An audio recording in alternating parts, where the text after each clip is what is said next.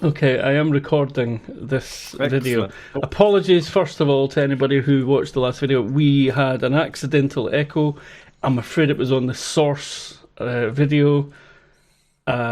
We can't replicate it today, despite having the same setup, but sorry But about I've that. done Also, apologies to anybody who's watched any of our videos. Well, yeah, obviously. yeah. You know. And by way of an apology, have a look at my friend Otis here. Who's just, Also, a t-shirt day today is this. Oops. oh, look at you. Mike Otis! Singleton's Lord of Midnights. Lord of Midnight, yes. Hello, Otis, you cutie. His eyes are very blue. Are cat's eyes usually? I thought the cat's eyes are usually like yellow or green. They can be, but how young is he? About 7, I want to say. Oh, so he's an adult cat, yeah. yeah. They just stay blue. I mean, all mammals have maybe blue 5. eyes to start with. Also, I don't know. But it then might be some of us have the really good grace to delightful. get gorgeous-looking pigment going. Brown eyes are the best. Brown-eyed, handsome man and all that. Chris, what colour are your eyes? Like green, Greeny or colour, grey? yeah, greeny grey. Okay, well that's exciting. Well, we no longer have our affiliation flags on our video. Now, Oh, if you have a well, because Chris has been a turncoat for a long time, and Oh yeah. I joined the Red Aliens. actually, I'm quite happy with the OPA still. Do you want Bobby back, Drew? yeah. Right, Drew's got Bobby back. I've got my OPA flag still. Chris is a dirty whatever he is. Red alien. Red Alien. I don't have a red alien flag. We need to make one. Yeah, Chris, if you make a little thumbnail size, on a slightly bigger than thumbnail sized red alien flag of some sort at some point. Don't distract yourself from the excitement of this for that though. Wait till afterwards. Oh, he will. Yeah, I know he will. I can see it in his eyes already. Yeah. Yeah. But I've already got. Look at the distraction I've already got. I can't. Yeah, do I it without would not be able to concentrate with that. oh It's too fucking cute. yes. that. Wants to claw you. Tobine's nice, Try claws not to. so nice. It's like gentle. Yeah, it's a winning combination there. Right, finally he's resting as well. We've been out twice this morning because I went out up to the park literally right next to the place I was supposed to go to, and forgot. And I thought, oh, it's okay, I didn't have my ID thing with me. Then I remembered, no, I now have like government tracked ID already in the form of a driver's license, which I just showed off on camera again. That was clever. Oh my god! I was Bring out shaking the it, segment. so I might have to not drop a segment in. Yeah. Well, to be fair, you're moving soon anyway, so Yeah, True. Yeah, this is true. Don't burgle till Hamish has moved out, Yeah, or that's it. firebomb, or SWAT, or pizza, Whatever you or were- whatever. Whatever you were going to do it afterwards. Yeah. Yeah. And if you can't see it this time, let me know. I bet it goes to can by freeze framing it. Hang on, what did you just point at? You just pointed like this. What were you pointing I just at? pointed like that. I'm What pointing at feedback at thepolarbear.co.uk. Oh, but we usually go straight up for that, but you went sidewaysy. Well, it's kind of I'm on the left, so it's in the middle, and it's in the middle. Oh, I'm on the left. I'm on the left so- for me. Yeah, if and I got to point the you're same side as pointing, Hamish you're 'cause pointing that way. You're doing it correct, Chris. Where I am in reality, am I? You're pointing straight at it. Yep. Yeah, okay. Yeah. Yeah. Okay. Great. I thought you guys had watched our videos back at least once. Oh, I have, but I don't remember where we were. It's me, Drew, Chris, left to right. Voting day today, isn't it, for England? For some, there's one by-election, a lot of council elections, and Mayors. at least one. No, there's 2 or 3 mayors actually. Yeah. So I voted. My vote was the West of England mayoral election, which was mostly fash and neoliberals, but Green was the only option to vote. I mean, Green's an okay. Thankfully, there's a lot of magical thinking hippie type people around here, so Green gets votes for not for the right political reason, but at least they get votes, you know. But there's a lot of nonsense thinkers around here, you know. So unfortunately, that's part of the Green vote. But at least it's part of the Green vote, not part of the fascist vote or one of the neoliberal parties. Oh, there are plenty of magical thinkers that vote fascist. The fascist vegan. I was going to say that. Oh no! It's different kinds of magical thinkers. I meant. Sorry. No, but mysticism and stuff. They love that in the fash. Yeah. There's like a big UKIP vegan kind of contingent. All the hippies. They're not UKIP anymore, are they? Like the crystal healing hippies. Is that not reform? They should be voting fash. Yeah. It cracks me up that there was a thing in like sometime earlier this week, I think, about reform not checking up on their candidates before they get in, and one of them was like a BNP guy or something before, previously served the BNP, and is like, what the fuck do they think reform is? Yeah. It's BNP in a suit. It's it's still a fascist party, no matter what you look at. Whatever way you look at it, fucking hell. Exactly. That's the. Yeah, it's the Pikachu thingy face. Like, I mean, I get that they should have checked that guy that got done for domestic abuse. He shouldn't be an MP. Yeah, exactly. Yeah, he shouldn't be standing. But ultimately, none of these fuckers should be allowed to stand. But that's the other thing. This morning, Rachel from Accounts is getting in trouble because the parliamentary standards or whatever it is are looking into non-declared donations. But I mean, but that's bullshit anyway. All it is we're not corrupt. We've declared that we've been bought by big pharma or big tobacco or big oil. We've declared it, so that means it's not corruption. Fuck off. One of my favourite corruption sort of under the table stories from the BNP was when the BNP were like quite at the height of their power, and they had a few seats in the European Union, European Parliament rather, and they had their two offices, their national office and the European office, next to each other, and they actually had a power cable going from the European office into their national office so that they could siphon off electricity from their European expenses. I mean, you know what? original thinking. Yeah, that's quite clever. Original thinking. I'm okay with that. they just got some extension cables and that's like anarchism from the other side, sort of thing. I'm going to put the kettle on. It won't suit you. Yeah, I will continue to make those jokes forever. I'm sorry. Might not come back after that. Right. Yeah. Oh well, I better not mention what we're actually here for until he comes back. Just more nonsense before it. No. I mean, I've got some thoughts, but it's obviously very much a setup episode, isn't it? So it is, but let's just hang fire till Drew comes back. Yeah. I'll moan about my driving test again if you want, about the theory test. Yeah. It was telling me yesterday, this is the thing, I was 100% ready for my multiple choice theory test, and then I did another one, made one mistake in it. So instead of getting 100% in the test, I got 98% in the test, or 96%, one of the two, because 2 points per thing anyway, because it's 50 questions. So anyway, I got one or two wrong, and it suddenly put my little gauge saying I wasn't 100% ready to 99. It's like, you can't put it backwards, that's not fair. I mean, I haven't failed one of the multiple choice tests at all, even when I took one, I skimmed through the materials, and then took one right away before I knew about a lot of, basically just from, sensible stuff and knowledge. And I didn't fail one, I've not failed one yet. I've learned more about how to game the clicky test. I mean, all that part of the test teaches you is how to play that part of the test. It's like pinball. It's like you've got to be able to shake the table without getting a tilt. That's basically what it is. You can't click in a pattern, and you can't click too many times. No. But you click too early, you get 0. In their opinion. But the point is that as we've discussed, the point where it's actually, But so what I've been doing is, instead of just clicking once and it's gone right, like basically a good person would click once where they think the 5-point thing is and stop. And the problem is I'm a good person and also an autistic rule follower. So you've got that going. So I was just clicking it where I thought, and then, but I realised you can click it without going mad. You can click it a few times around where you think it is, and you've got more chance of hitting. Pardon me, sorry, hitting one of the actual points. So it's literally what I said. I was just saying to Chris Drew. It's like the clicky test thing is like It's like playing pinball, but trying not to get tilt on the table. You've got to sort of game it. However, it sounds like horseshit. It is.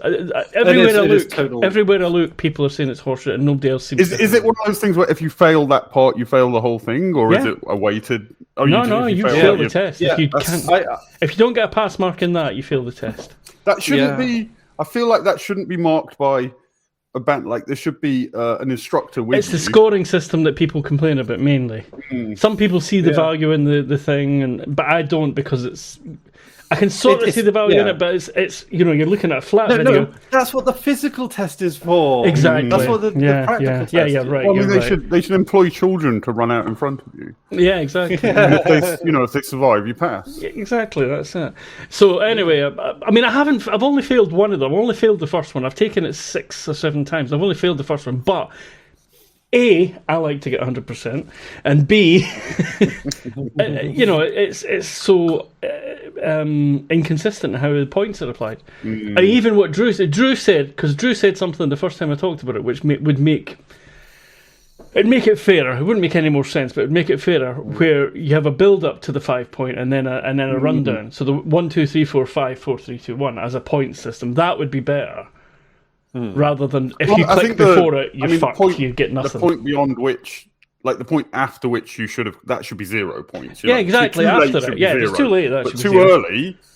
Yeah, if you see kids running around in the distance, you're going to react. However, what's the problem with being too early? I mean, okay, the traffic behind you might not be expecting because it, of because the test is a pedantic, inconsistently presented thing. Yeah, because they're telling you it's not about anticipation, it's about reaction. That's what they're claiming. But some of them are so unfair.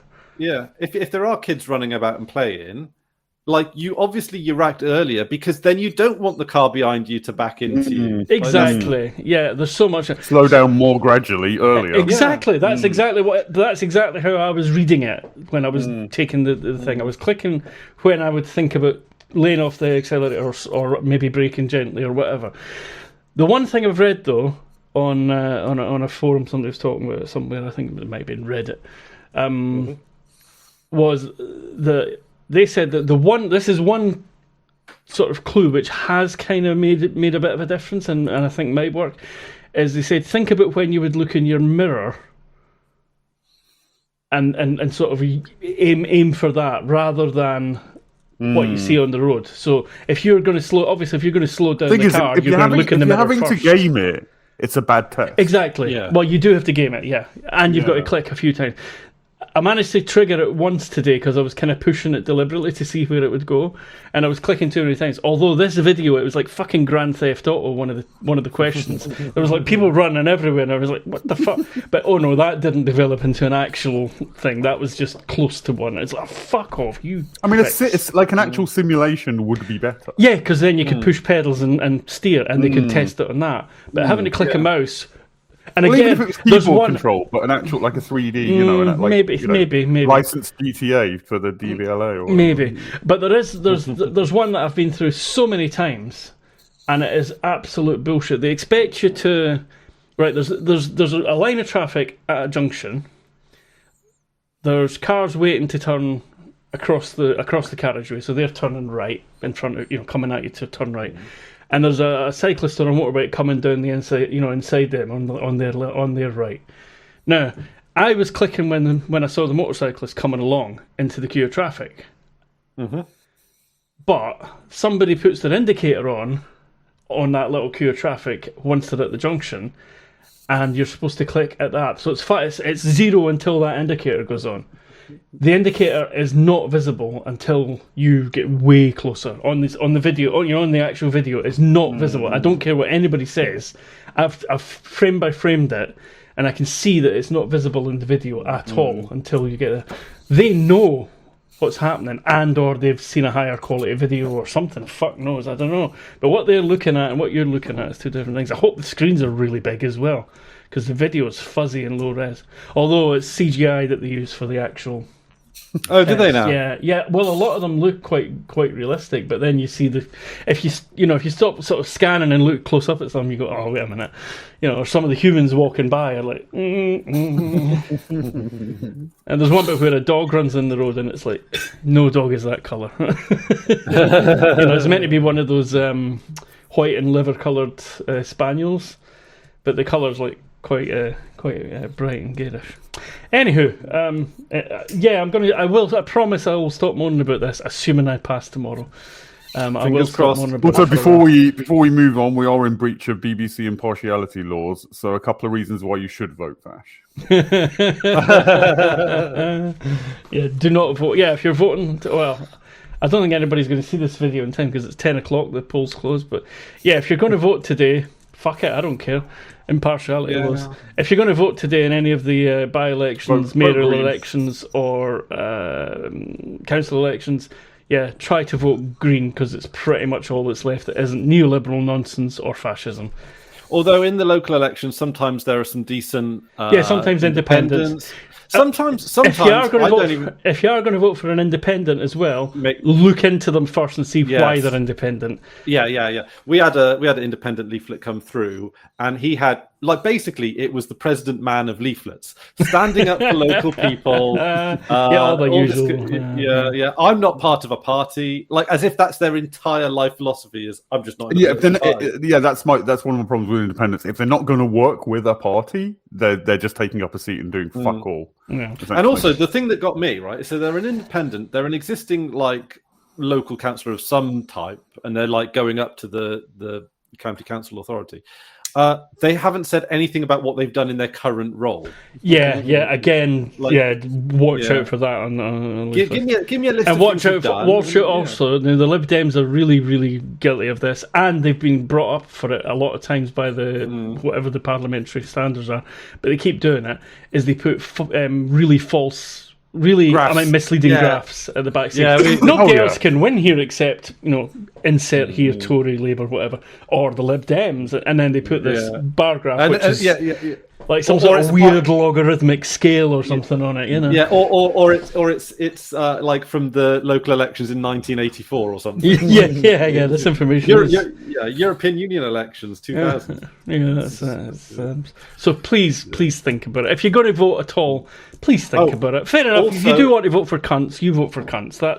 If you're a cunt and you want to vote for cunts, what can we say? But if you don't want to vote for cunts, please vote for somebody that's a decent independent it's a simple green. question. It's not much to ask. Just kill a few billionaires.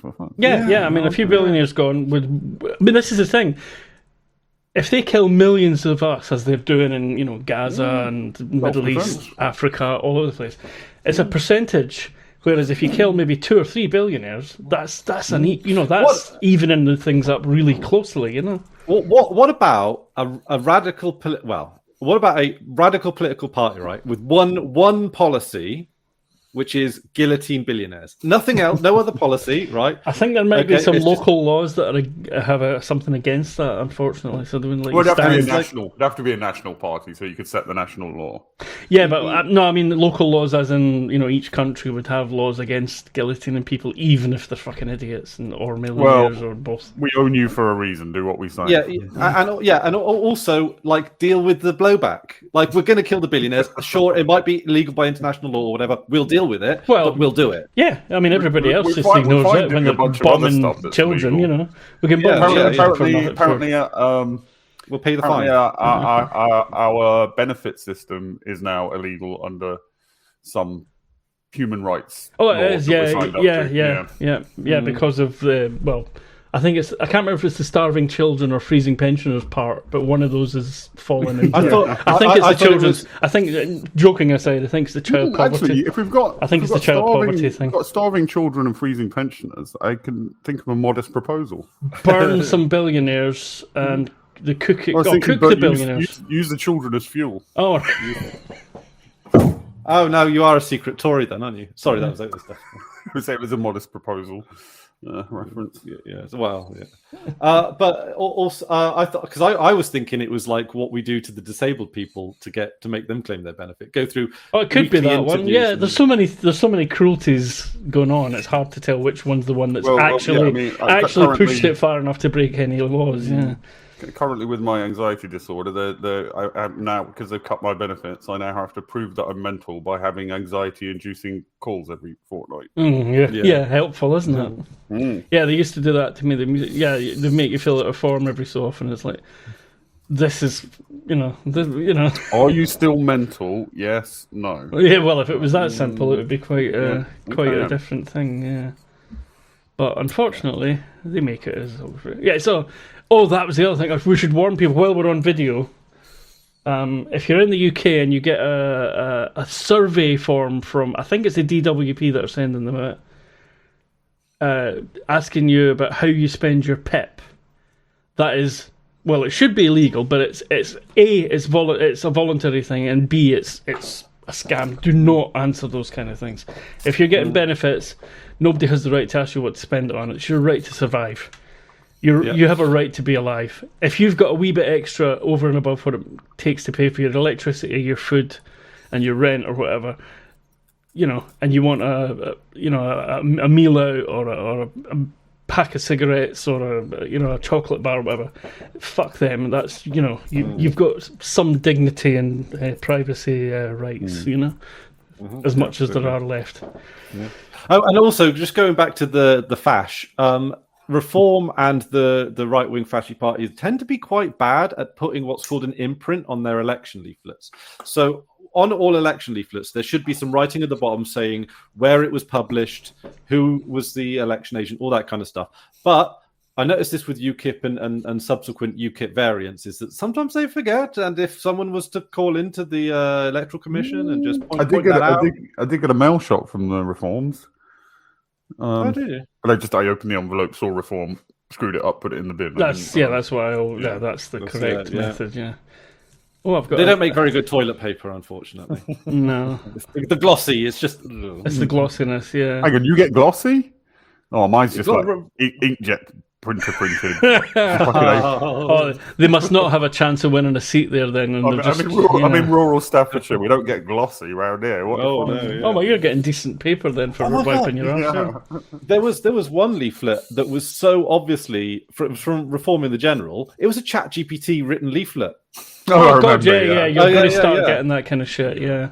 Oh my God, yeah. Well, this is the Oh no! I'm going to start down a really angry path if I start exploring this too deeply. Don't hit two of my buttons at once, you bugger. In lighter news. Oh yes. I am satisfied. Show the cat. Laconia does have interesting aliens and stuff. It's got aliens. Yep. Well, that was the first thing I was going to say. That I think I sort of hinted at it a little bit for Chris.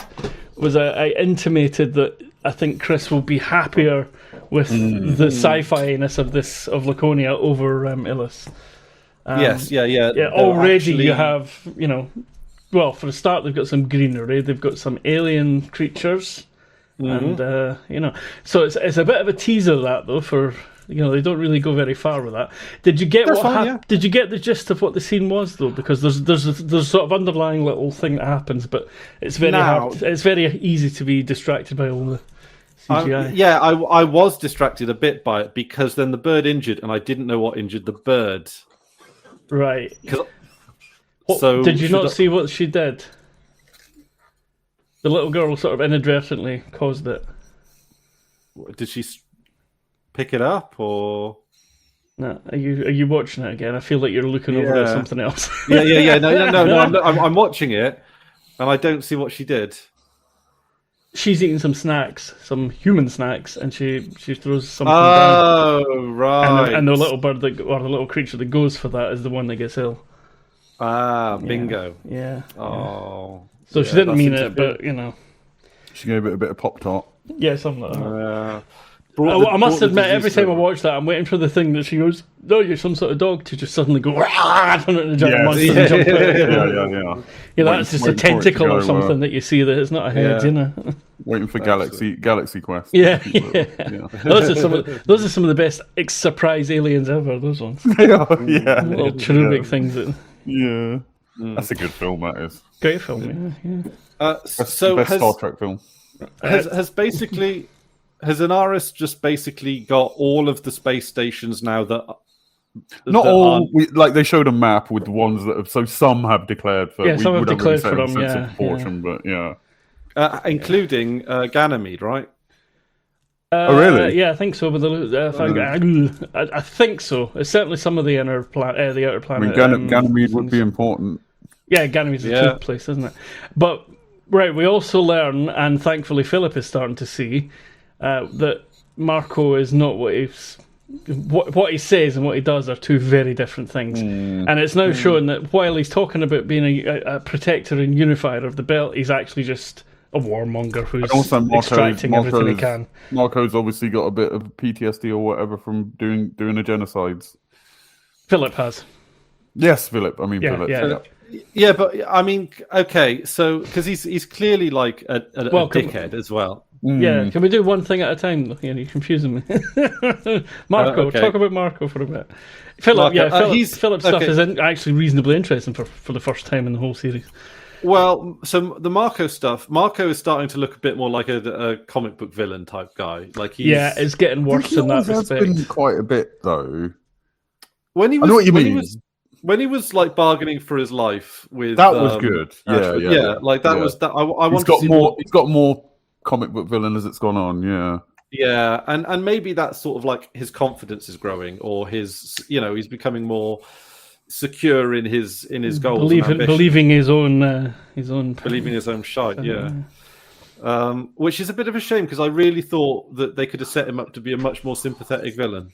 Well, they've more nuanced. Yeah, but they've taken that down completely by showing that he's interested in war and nothing else, basically. However, in a way, that kind of does harken back to his attitude when he was talking to Ashford. You know, that sort of if you kill me, it doesn't matter as long as everything will burn. That's all he cared about. You know, so. Well, I think it's part of Belter culture. Honestly, when we first meet Anderson Dawes, he talks about his legend, and that's a thing that comes up several times. They seem to have like a somewhat oral tradition where there are known personalities who have a known legend. He talks about it again when he's talking. Yeah, and they've got nicknames that go with it in this sort of style of like famous Vikings or whatever. Because Ashford is what's Ashford? Is he the knife in the shadows or something like that? Yeah. I don't want to say knife in the dark because blade in the dark. I think it's a Lord of the Rings. Definitely has a legend. And then when Dawes is talking to young fella we enjoyed in the early seasons. Diego. When he's talking to Diego, he's like, "Your legend's almost as good as mine now." Like, this idea of personal legends, personal heroes, seems to be important to them. So if you got that in your head, and you're like, "How can I have maximum legend?" Then it's the path Marco's going down. Yeah, possibly. Good possible. Also, before I forget, we know now that Dawes has been killed as well. Did you notice that? Yeah. Dawes unfortunately, just mentioned he's off-screen killed by because there's a bit of time meant to have passed, and he says that he's killed Dawes. I mean, they couldn't get the actor back, so that they couldn't really. It's a shame that because he was such a great fucking character. Yeah, we lost. After season 3, we lost, Miller, great fucking character. He's kind of, I mean, he's a bit in season 4, but yeah, we lose Dawes, who's a great fucking character, and Johnson. Johnson's a good character. Series, yeah. We are actually lacking for like genuinely good extra people. External to the main crew and Bobby and Avasarala. There's not much else. There aren't as good characters as there were. Yeah. No, I mean, I'm hoping that the drummer's gonna come back, come back as. No, she got died by when she got crushed between those two big vehicles, mate. Ah, okay. I confuse all the Belters look alike. Yeah. But yeah, so Philip. I think he's more of an asshole this episode than the last. Well, series. I think I'm slightly more sympathetic to him because he's being an arsehole because of He's acting out because he's of how he's guilty conscience, and I can see why that makes him get increasingly agitated by his friend who's kind of hanging on his coattails and telling everybody what heroes they are. He's not like trying to steal it. He's literally bigging up Philip as well. But he, even given that, like he's acting out in a twattish way.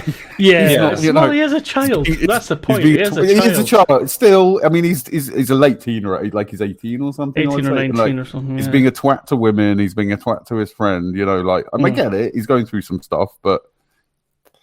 It's not genocide will have that effect on you. Genocide, Well, no, hang on a minute. Are we putting the cart before the horse?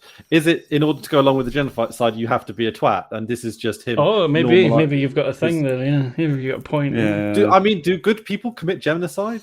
No. I think people can get like indoctrinated and blah blah blah. Everybody point at once. There we go. Looks like we're trying to make an Atari symbol on the screen. That's one you might get a T-shirt for. No, because far too many fucking kids who don't know what it is, or far too many. No. It's become a hipster thing. So I would never. Wouldn't wear an Atari symbol now, or a Commodore One, or anything like that, because they're just that's been hijacked by hipsters. That's why I love slight obscurity. We need to go back further and wear like a deck logo. Ooh, you get them.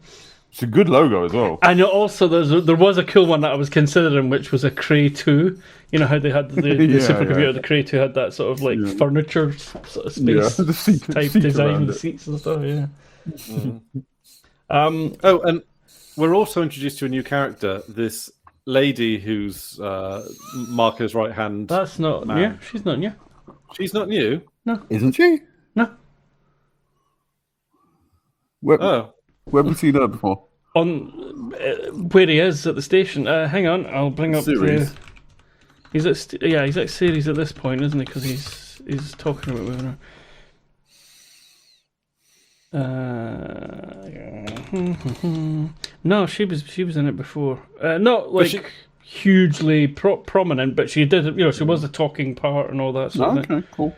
Hang on, and I will get you. Oh, also, hang on. Marco and Iris's hair is now like crazy. The laws of gravity. Yeah. So it's a crazy hair thing he's got going on, isn't it? He's on Palace Station, right? I saw them on series. Yeah. On series, yeah. Hang on a second. We're back on series. Right. Oh, that explains the hair being down. Okay, I get you. They've got a bit of gravity there. Yeah. So, right, okay, I tell you what, I can tell you the list of places that he's got, major places he's got for him. Lepidus, Prospero, Vesta, Ganymede, you're right, Ganymede Station says, Tycho, and Ceres. Wait a second, where is this thing? There we go, yeah, Ceres is where they are, yep, Ceres is where they are at the thing. And in a way, her name is Rosa. Yeah, her name's Rosenfeld Guolang, whatever. She's an OPA. She's an OPA leader from Sweden. Oh, you know what? It says she only appears in Series 6. Why the fuck have I got it in my head then? I'm sure she's been in. Wait a minute, am I looking at the TV or the books? TV. Oh yeah, the actress wouldn't be in the books. That would be impossible. Oh, I almost read something out loud that would have been a spoiler there. Why would it? Okay, she must have come up in a, this is another character related to what you're talking about, and I've clicked it sometime recently. But I could have sworn she was in it before. First appearance this episode, yeah. Oh, I've just seen Marco in his man bun. Yeah, you don't want to have that look, do you, Chris? I mean, I think I pull it off better than him, but I don't know. Hang on, everybody.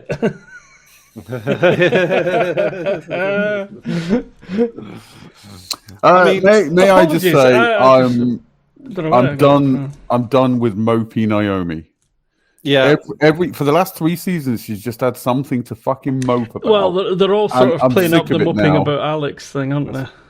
Well, it's moping about Alex, but also it's moping about Clarissa. I'm just like, Clarissa is a more interesting character than you. If you're going to make me choose. Hang on, I'll make Chris big. Hang on. Right, Chris, you're big. But you've not got your man bun anymore. You don't have enough hair. No. But I'm in front of the man. See, you can see the man bun. Right, okay. If you move to the right, you're left, sorry. And up. Stage right. Move stage right. Oh, no, I want to see him again. I want to see him clearly. Stage right. Yeah. He's got a long face, hasn't he? No, that's just Chris's videos have all got that bad aspect ratio. Right, okay. It's aspect ratio. That's Chris's videos, Chris's stills always seem to come up with the wrong aspect ratio. He's got Mondigliani. No, it's because the aspect ratio is. Yeah, it's like we are in when you put it in the background. The aspect ratio is wrong. We're 16:9, but the show is letterboxed. Which is weird. Like, I've noticed this with the Andor with Star Wars, is that they're letterboxing it as well. But it's like, it's on TV. Why not fill the TV? Why are they letterboxing? I'm okay with different cinematic. If there's a point, I'm done with wide though. I want more 4:3, and some things are 4:3 now, which is cool. Are they? At least. It's a poor example, but the Snyder cut of the Justice League was full IMAX and IMAX. Full IMAX is 4:3. Sure? I mean, 4:3 is a good ratio, but I mean, just film. Usually they crop it. Usually stuff filmed in IMAX. IMAX has got so much information in it that you can crop down to whatever resolution you want. Oh, I see. But right. a full IMAX frame is 4:3. I don't know if it's exactly 4:3, but it's very close to 4:3. Okay. Yeah, but I mean, we know that 99.9% of televisions are 16:9. Just make your TV 16:9. Don't be a hipster about it. Yeah, but widescreen for films existed before that, so for films, doing it for TV is hipsterish. So you're right. You've got a point. I do think there's a tendency to just use wide because it's cinematic, which is bollocks. That's a bollocks reason. But use the correct aspect ratio for what you're doing, whether it's wide, whether it's 16:9, whether it's tall. Yeah, for what the content is. Okay. But this is the unpopular opinion. There's a place for vertical video. I don't really mind vertical video, honestly. But yeah, because if most people are watching stuff on their phone, you've got to fill the phone. You fill the phone. You know, if you're doing short form video content, vertical video makes sense. Turn the fucking phone. No, because this is how you naturally hold it ergonomically. Ergonomically, no, it's not. It's like it's one of the most awkward things in the universe to hold. Exactly. No, it is, but it's easier to hold upright than it is to hold. You hold it like that, right? That's the easiest way to hold it without dropping it, right? There's no comfortable way to hold it. There's no comfortable way to hold the phone. No, there is. You just hold it one hand. But you accidentally push the buttons and shit. It's not ideal, but it's more comfortable that way than that way. That is a fine. You're not going to win me over this. I mean, also, I don't watch video on my phone. I watch all video on my monitor. Neither do I. If it's vertical on my monitor with pillar bars, I don't really care. Yeah, it doesn't bother me. I get into it. Oh no, not that narrow though. No, but I would say there's a place for 1x1 because it's got the ultimate versatility, but that's about. And 4x3 kind of has a degree of that. Yeah. Well, you've got. But because there's it's like have a reason for your aspect ratio. That's other than hipsterness. Other than the hipsterness, yeah. If you do a vertical video, that makes sense. If you're doing cinematic stuff for the cinema, that makes sense because obviously suits the audience. While I'm moaning about modern young people's technology, they also had the car thing. They have it for the phone, like an app for your phone. Imagine looking at these videos that size. Fuck's sake! You can barely see them on a monitor. I mean, I get you. I mean, I don't watch things on video on a phone. At best, I listen to a podcast on my phone. That's where I go if I need my phone. No, I hate poor audio quality. It just does my head in. Well, I mean, I'll put it on through a speaker, like I'll Bluetooth speaker it. Yeah, but the actual phones, I don't care how expensive your phone is, it's still not that good quality. I mean, that's just and it's compression and it's internet the podcast, storage and stuff, like that's. Like, I mean, and also when it's podcast, it doesn't. I It don't doesn't matter. think It's it matters talking. as much. Yeah, it's just chat. Yeah. Yeah, it's just chat. Okay, I mean, okay, I'll you stand corrected on that. I'll de-grump that one level. know. That I'm sure was a reaction to phones rather than a you know. Yeah, Oh, yeah. phones are don't- shit. Yeah. No, I mean, if I could snap my fingers and undo the world of phones, I totally would. Even though there are some advantages, there are also like a world of. I'd go back to the Scions. Yeah. I'd change history so that the Scion takes over rather Or than the the iPhone. Palm. Or the Palm. Palm was nice. Which as well. one's Palm the was Scion? nice. Tell you- Scion's the one with the cool, actual cool. It's a clamshell one that opens in a cool way and has Was like it blue? a proper keyboard. Well, they're all no, different ones. I mean the No, that was- Scion. I can't remember the model number. Organised, Hang on, let Scion Organizer. But I know which one you No, mean. no, Where the no, phones came yeah. in. Yeah. But the Yeah, phone me- I version. mean- No, the phone versions of them were later. No. Oh, you're not talking about that. Hang on, let me find the one. Oh, he's talking about something else. This one. I mean, honestly, I don't mind the design. Like, if it was just not a, if it was just an open standard type thing with phones, like what we got with our desktop, I'd be okay. I'd be okay largely for it. Is that One a of the things 5? about Yeah, that's a 5. Yeah, Scion 5. Yeah, the one that and the screen just Hang sort on, of I'm gonna slides put it- down in a cool way, and it's Yeah. got a proper I put it on the keyboard screen with for proper I keys. put it on the screen for the audience. I tell you what, it's boasting 24 megabytes that one, oh, and it's also German. I'm not sure about But look at that! Look at that beautiful keyboard. that. It is beautiful. Yeah. Just very tiny laptops, basically. That's the way Well, things should have gone. Palm ones were good. A company called Handsprung. Yeah, it's handspring. They They used Palm OS, didn't They they? used Palm OS and they made a phone, and it was beautiful. Yeah. And it did the I job. like Palm There OS. was Palm OS is you had good. all the sort of. You could still have all that shit. You didn't. You don't need the super long or super wide, whichever way you want to look at it. Bollocks, right? You could have a reasonable thing and a hinge and a keyboard and fucking hell. And this is going to be contentious, but stylus is better than finger point. Stylus is always better than fingers. Yeah. I Far think more this is going to be one of accurate. those things. But you're going to say something stupid, and we're going to Okay, disagree here's with my you. Yes, here's my we know, selling Chris, we point. know. Here's my selling point. You can point at something while still seeing it. All I got to say is I think this is an old versus young kind of thing. Like No, it's, I it's have- sensible and practical versus hipsters. I That's what it don't is. know. I don't know if flipping open a mini. No, I like them, but if you're just on the bus and you just want to check your emails, flipping open a Why? little mini Right, laptop and again. doing that- Right, I'm going to stop you right there. Oh, no, I'm going to stop Flipping you up right is there. beside the point. The palms weren't flippy. They were just like a No, modern there was phone. different They were ones. just There was different ones. Yeah. There's Yeah, different but ones, with okay, but here's the thing. With a stylus. You Take can the use stylus this, out. You can you use poke. this one-handed. So No, I mean, you can't. So what?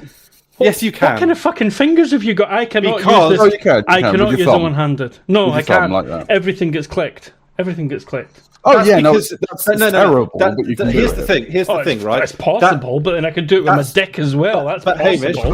Hamish, that's because you're. I'm afraid to say it's because you're old, right? If you grow up with these things, you learn the dexterity required to use them. But a stylus is Oh, inherently I'm not more dexterous. dexterous. I'm not dexterous Two-handed. enough. Is it two-hand? No. You're old. A stylus is inherently more dexterous. So you're two-handed. starting- It's You're two-handed. starting. You lose them. Are you going to write? But all you're no, losing no. is the ability to wank. What are you doing with your other hand while you're using your phone? What I mean, else are you doing with your phone? I mean, that's fair enough. The wanking This is argument is getting- fair enough. It depends. But On it wanking depends how aside- strong the vibration setting is. That's yeah. Anyway, that Um, that took a strange turn after a few minutes. Yeah, from man buns to Yeah. My point is Masturbation. that I mean, as soon as you said, well, if you're on the bus and you're checking your emails, that's when I thought, no, fuck off.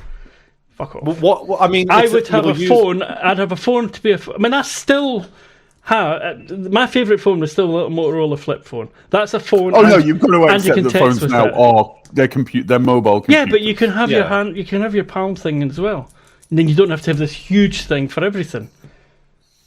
Having it all in one device and making huge compromises But is nobody not the makes- same. nobody It's makes- not the nobody same. makes- Nobody makes phone calls anymore. I do. I use it for. That's Yeah, what but I you're an old man. 90% of what I do with this is phone calls and. I'm like text. 3 years younger than you, and I haven't made a phone call since 1984. You don't do anything though. You don't go out or anything. You know. The last time I made a phone call is to the bank, and that's because my bank is shit. Not anymore because you switched. I switched banks to because they were shit. Who did you switch from and to? Let's have some advertising. I switched from HSBC because they were such a fucking boomer bank. You had to ring them at the certain hours of the day, and you know. And the thing is, their one selling point was they had branches. They closed my fucking local branch, right? They had shit interest rates. Took the thing over. Yeah, there now. they had shit interest rate on their ISAs and savings account. Their investment offerings. So you weren't dodging enough tax. Is that what that's what I'm hearing here? I wasn't getting enough money to dodge the tax. I'm just making fun. But their investment stuff required you to ring through their call center if you wanted to really do anything of any meaningless. And then you had to ring through the business hours. It's like, well, why do I want to do business hours? I want to do my banking stuff when I'm sitting in front of the TV with my hand down my trousers, you know, like. So Monzo almost doubled my savings interest rates. And everything else, you just do through the app. And I know that sucks for like people that don't like apps, but honestly, the HSBC app was just pathetic. And it's like, look, you're using your app as the window into your services, and you've got a shit boomer app. No, either have a good app or have branches, right? Ideally both, but whatever. So I just went with the one with the good app. And also, what's quite good about the Monzo app is that it breaks down all your spending into categories, so you can see how much you're spending on this, how much you're spending on that. This is really good. This is the angriest I've heard Chris for quite a while. I hate HSBC and their fucking banking shite. Oh no, you're gonna have to cover things again. No, I'm not actually going into it. I'm with that one. Oh, I think I'm with the Toryist bank. If I say the Toryist bank, I expect you'll know. Lloyd's, yeah. How did we get that? You know. I don't know. It's just got a Tory just vibes. to think for a second, well, they're all fucking tourists. Yeah, I almost brought up my bank. If I'd put my thumb against it by accident, I would have brought up account number and sort code and name and my balance, which is yeah. All that money I had from my mum is like really fast. But then I've paid for like 10 driving lessons, driving test materials. Dentist has cost quite a lot of money. That's over 500 now, I think, for the dentist. I didn't buy another guitar, and I've spent it. I've paid bills and things. It's money. It just goes through your fingers. It's horrible. I know. Anyway, I'm going to put away all my personal things before I dox myself again. Could have been the second time this episode. Could you hold up your national insurance card for us? I don't have it anymore, unfortunately. I've lost mine. Right, I think I've put that appointment into my computer. Oh, I finally... on good news. There we go. Hamish being actually slightly happy and good news. I've got my... I don't know if I was talking about it previously, Nextcloud, about trying to get it updated. Mm-hmm. Oh, yeah. Bang up to date with the very latest version. Worked it out. Beautiful. How do you update it again? I know I asked you this. It's sort of built in. You can do it all. Sort of, but also there's a way. I'm using a server management thing on that particular server. I don't run the others, but I do on that one. And it's got like a little button you can press to do it. Basically, it was I forgot that I'd changed. This annoys me about PHP, is you can set the PHP init, but on a server where because this is where PHP used to be one thing universal to the whole system. Same with Python and all that. What they started doing is having virtual environments with all these things. So you've got a specific version, so that if something isn't updated, you can use a specific version of an older version of PHP. All the or things Python they or invent to work around operating systems that don't have package managers. I fucking hate it. Yeah, that's basically what it is. Yeah. Or they introduce a package management system for a language, yeah, exactly. Yeah, Python's got that. I've got a package manager. Fuck off. Use that. Yeah, it's very.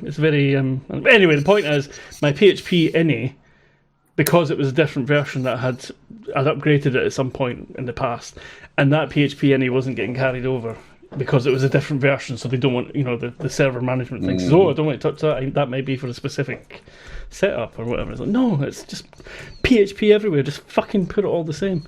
Anyway, I fixed that. Boom. It was resource allocation. I think it was memory or something, or disk space. One of the two. It only allows so much.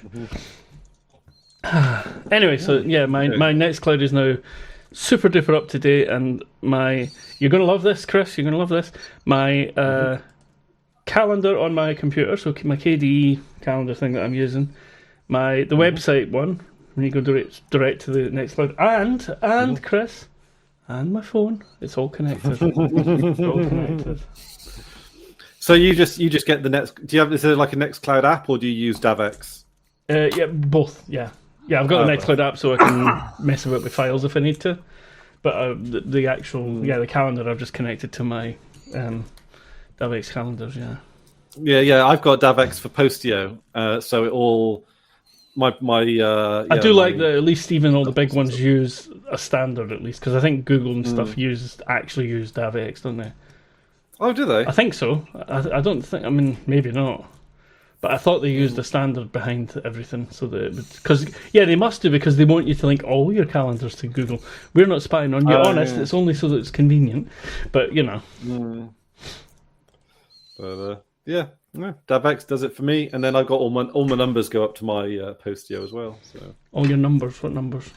Phone numbers. Oh, phone. I thought you said you didn't use the phone. I don't wonder what numbers you were talking about. Yeah, but we still use phone numbers even if we don't use the phone. That's true.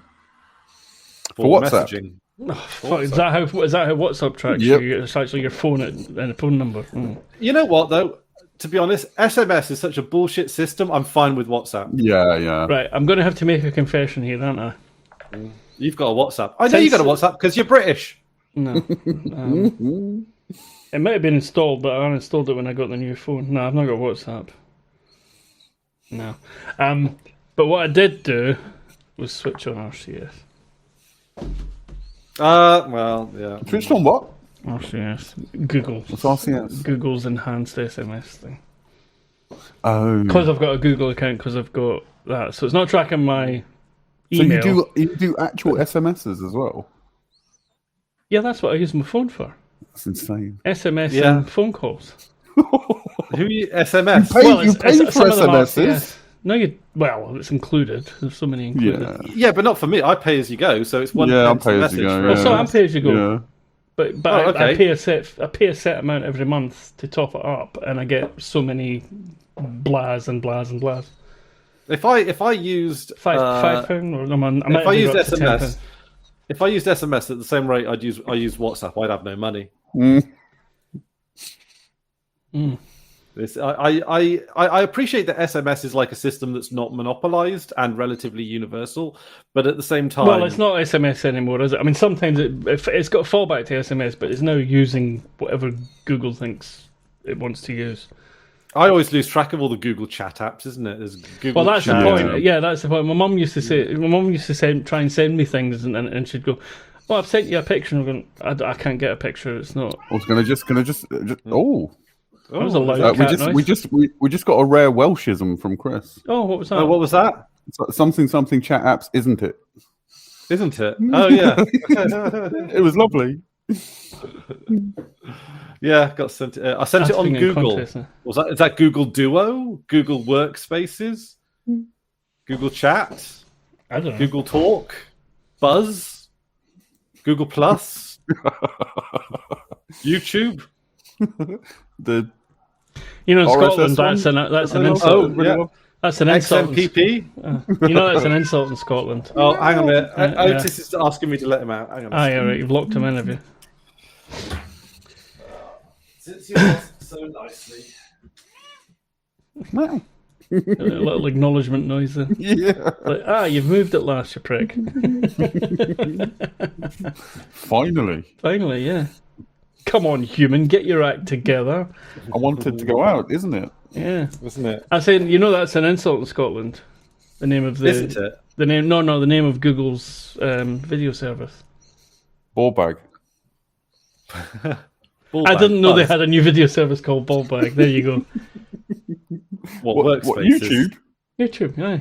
If I your Chub, YouTube, like YouTube. No, Tube. Still Tube. No, it's literally YouTube. Oh, okay. As in a cock. But that's not. Yeah, your cock. Yeah. But they don't say YouTube. They say YouTube. But we should rename it UCock. Yeah, cock. Yeah, cock. What? Where are your videos? YouTube. Oh yeah, cock. there was something I saw in the Fedverse this morning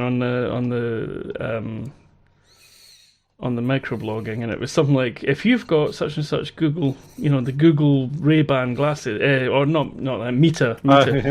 Meta. Did I say it correctly today? No, you didn't. No. Meta. Oh no, you guys are saying it wrong still. Then. I just met her. No, that would be met her. See, I can speak proper English. I'm not like you. Don't pronounce H's. The French invaded us for a reason. Meta. What? Like, it's not MEETA. It's META. I mean, we need to ask the ancient Greeks how they pronounced it, I guess. Well, like metaphysics. Well, it's like Amiga versus Omega. Metaphysics. That was annoying because some maths teachers would say Amiga and some maths teachers would say Omega. Or Omega. Omega, if you say it properly. Omega. Yeah, sorry, Omega. That's the other one. No, I thought you were saying the French the Spanish for a female friend. No. Alpha to Omega. Alpha to Omega. No, it's ridiculous. It is Omega. That doesn't sound right. Well, it is. How do you know? It's only the oral Doctor tradition. Who. Oh. Oh. Checkmate. The atheist. Yeah. Hang on. Don't make me get the ruler out. That's a rule. That was a deliberate test. That's how sad. That's how sad I am. Hey, we took all that time to work out the difference between a ruler and a rule. You're going to remember it now, yeah. Oh my god, I've got to remember what's in the fucking sandwiches every day, which I always struggle with. But damn, I can remember the difference between a ruler and a ruler. What sandwiches do you do, and what are like the top three? They're different all the time. But you got like a coronation chickpea. You got like sun-dried tomato and gherkins. Well, the gherkins are on it. Yeah. So you don't make proper sandwiches, just vegan hipster ones. Well, we do like a a plant-based cheese and tomato. Is it a veggie? Have you got cheese and pickle? Yeah. It's full plant-based. You got cheese and pickle? No, don't do cheese and pickle. This is a very fancy bakery. Cheese and pickle. I like the way you use the word fancy when what you really mean is up its own arse, hipstery. But that's very good. It would fit in round here. Round here is like that. It's excellent quality, but it's like expensive. So yep. Again, how much for a sandwich? Oh, like £4. That's not too bad. Outrageous. How much do you think a burger is in Midsummer Norton from one of those kind of? That's the town next to me.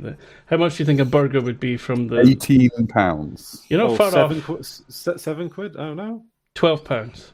Yeah. And is that a burger meal?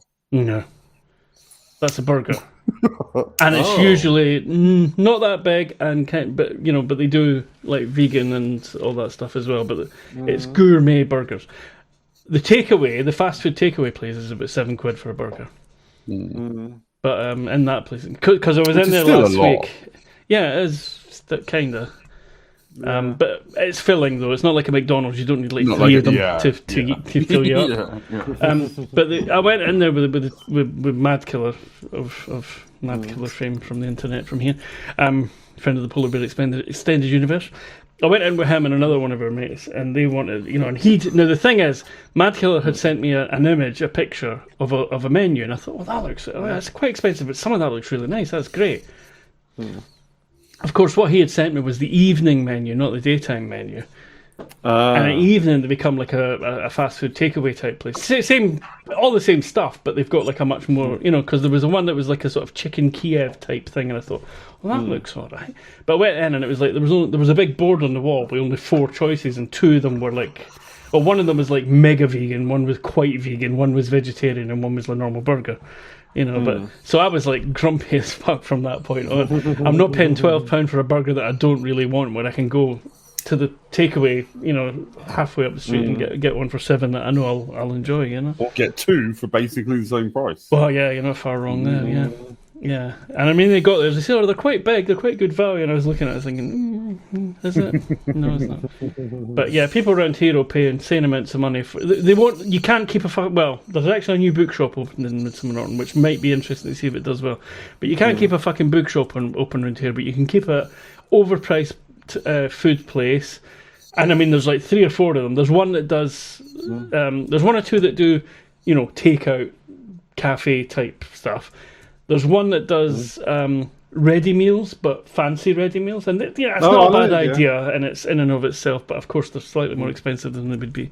It's because we're so close to Bath that people think they're in Bath, and the business rates are all charged as if you're in Bath. But the traffic coming through is terrible. I'm talking about the next town over because that's where I had my shop, so I know it quite well, and well, I've lived there as well. But yeah, but there's been a couple of attempts to have a bookshop in Midsummer. Can't keep it. Charity shops. There are 1, 2, 3, 4, 5, 6 charity shops on a high street that is only takes you like 5 minutes maximum to walk the whole length of this high street. There's 5 charity shops, but charity shops don't have to pay the same business rates, which is one of the reasons. That's one of the reasons. Yeah, but also that but obviously people are shopping in them as well. If well, I love a good charity shop. Yeah, I love a charity shop, but it's like I'd like the town centre to have a few things in it that weren't. I gotta be honest. This is my spicy hot take. I think the town centre's on its way out. It's waning at this point. Well, it is because of online stuff. Yeah. Because the fact of the matter is we have invented a better system, and no, we haven't. We had an option at a better system where shops could get to us through the internet, and we threw it all away and gave it all to one billionaire. No, there's plenty of other. I've switched off I've deleted my Amazon account and I'm buying everything individually. I think there's value in decentralization. Like it could be super. It could be super efficient. But vans delivering stuff to people. The routes are optimized. Blah blah blah. But it's mega. It should be a public. It's just mega. It's mega exploited and and obviously but then again, high street shops are just they're exploitive too, right? Like it's not like people were raking it in, and workers' rights was great, particularly on the high street either. But it's more visible if they're not.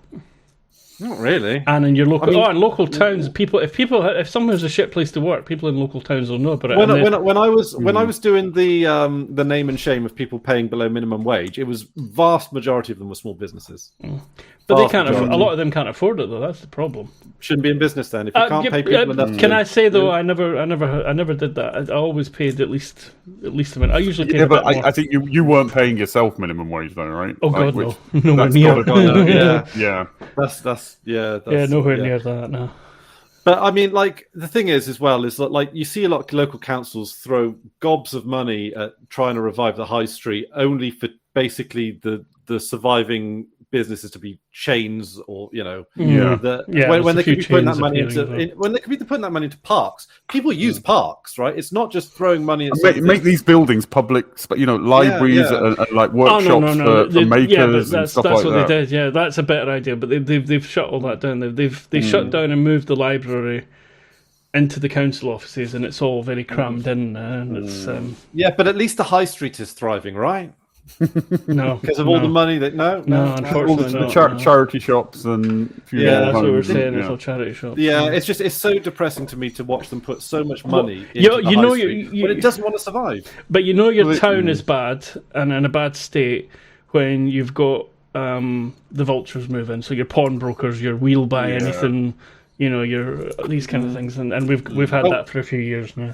Yeah, I mean, you could say that as well with betting shops. Betting shops on the high street seem to be doing quite well, even though fucking betting apps exist, which terrify the fuck out of me because the breaking impulse that you need to be able to gamble away your life savings on an app. In your pocket, you're watching Coronation Street, and the ad break comes on, and it's you're getting a bit bored, you're getting a bit fidgety, and then you notice, there's an Arsenal game on in tomorrow, and you've just blown 30 quid. It's just I would, if in the dictatorship of Chris, I'd ban gambling apps. Only tangentially related, but Danny's on her tour through America and stuff. She plays this solitaire game on her phone where you can win real money, and she'd had a good night on it and made some money and wanted to withdraw it, but she couldn't because she was in a state where gambling was illegal. She had to wait till the next day till she crossed the state lines, and then she could get her money out. You can pay money into it in that state, but you can't get money out. It should be the other way around. Yeah. Oh, yeah, one of the first things I do if I go to like a new poker site online is if I put a bit of money in, I'll use like you usually get a bonus and things, so I'll use that and try and make a little bit more than what I put in and withdraw it all and make sure that it works quickly. Because otherwise you're like, nah, these guys are, they're pushing the rules to the extremes to get away with it, sort of thing. And yeah. I remember. Okay, so this is going to surprise no one, but do you remember? Brave browser, the awful browser that we the homophobic one, the homophobic browser, and also the one that changes links. Terrible logo as well. Terrible logo. That's the worst thing about it, Although, well, actually, to be fair, I think orange is an okay color for a logo. There aren't too many. Like blue would be the worst color. But anyway, that aside. And and they changed their affiliate links so that they're their own affiliate links. So they're changing the content they're presenting to you literally to just skim off the top. But that aside, they have or had a crypto. To be honest, can I pay the? I just on that point, that doesn't seem that bad to me compared to the fact that that's what's happening anyway. I know what you mean. The browser, you're giving the browser and search people. Cut for a free product, by following those affiliate links. What difference does it make who put the original affiliate link into the stream of it? Google do it as well, don't they? I mean, that's what Google do. Surely it's Google results. Google's results are paid. No. If you're on a website and it's got a they do this on websites. I thought you meant on searches and things. Oh no. And I think I still feel kind of feel like. It's affiliate. The affiliate scheme is bullshit, and I don't care. I don't care who it's going to. Really, I don't think many people make money out of it. Really. I don't want to give affiliate money to anybody. Yeah. Really. Well, I'll tell you what. Right, Phylon, the file hosting service, storage people. Yeah, they have an affiliate service. And if you refer someone, they give you extra storage. Oh, I think that's a different kettle of fish. Yeah, that's okay. Yeah, referring. But Phylon are a legit good company anyway, in my opinion, from what I've seen. But anyway, sorry, you were going to move on from the but Brave. They also with Brave is that they take ads out of websites and put their own ads on the space, which again is like, look, obviously we're all against ads here. We're certainly against the surveillance capitalism, all that kind of stuff. But replacing it with a different one is not any good either. Replacing it with a different you are literally taking the money away from the website then, I think. But then what they've got is they've got this system where they pay the website creators, if you sign up to the scheme, some crypto. They give you their own crypto token. And I think I made some a little bit, but when I wanted to I can't remember why, but I wanted to take the money and go. Yeah, once you want to cash it in, that's where crypto shows up what it is. Yeah, and it ended up being such a pain in the ass that it became incredibly obvious that it was a scam. Basically, it was a grift. I think is the technical term for it. Almost all crypto is a Ponzi scheme or a pyramid scheme. Yeah, okay. So there are different kinds of scams, but almost all of them are scams. Rug pulls. Don't forget rug pulls. Yeah. Is that? Would you call that a rug pull then? That one? Well, Trump. No, that would just. That's just. I think that's just a grift. It's just a straight up grift. Because you got your pyramid schemes where you get on early. You've got your rug pulls like Trump coin, where it's like you build up the hype to when the coin's released. You get your pre-sellers in, so they buy chunks of the currency before it goes public, and then when it goes public, they sell at the first opportunity, usually using a bot or something, and then the price just drops through the floor. But of course, all the people that got the currency at the beginning, they come out ahead. Trump made loads of money from his fucking rug pull. Yeah, and that's all perfectly legal, I'm sure. Well, I mean, he's the president, right? Yeah. Well, this is the thing. Everything's legal if you're the president. Yeah. Well, this is the thing you about. just need to stay the president. This is why I get why this argument happened on the Discord a few weeks back with Ghosty about legal. But to my mind, it's more about things that are criminal. It could be, we need a word for it. There probably is a word for it. I'm probably just being stupid and not thinking of the right word. But there must be a word for morally criminal. Well, I usually use the word immoral. Immoral, yeah. Yeah, but I don't know. I mean, there are things that are criminal but not immoral, and the things that are immoral but not criminal. Yeah. The two don't. I mean, because of capitalism. Yeah, I'll tell you what. Right? What capitalists, what they want and what they don't want. Sorry. As we know, freeing slaves illegal. Illegal. Yeah. Hiding Jews from the Nazis Illegal. Illegal. Yeah. Killing the Jews, if you're the Nazis, perfectly legal. Perfectly legal. Yeah. And also freeing slaves illegal. Doing wars in the Middle East. Yeah. Legal. Arguable. Oh my God. Okay, right. There's a thing in the Expanse. Going back to the we should Expanse, probably, right? we should probably talk about the Expanse since we've got a whole There's new a thing- series. there's a thing- I was going to ask just before you make your point. Is how little we're talking about this episode indicative of how much we're going to enjoy this season, or is it just because it's the opening episode? I think it's because it's it's the a opening set-up episode. Yeah. I actually. But I was think with somewhat with only 6 episodes, I think they could have made better Gotta use get of it the moving. time. Yeah. Yeah. Go on, Chris. But I was reminded of a horrible blog. I mean, the blog post itself was very meaningful, but it was absolutely terrifying to read. It's about this guy that was deployed to Afghanistan, and what he would often do when he was on a convoy is he would be going through like an Afghan village, and there would be children playing in the street, and he was ordered and did just you can't stop. So he literally he was talking about how he heard the convoy just run over these children because what the Taliban would use these children to stop a convoy, jump the convoy. So he literally was talking about how traumatized he was just knowing. Yeah. I mean, and that sort of kind of I was reminded by that in the Expanse episode because there was a lot of talk about collateral damage and people needing to die and all this kind of stuff.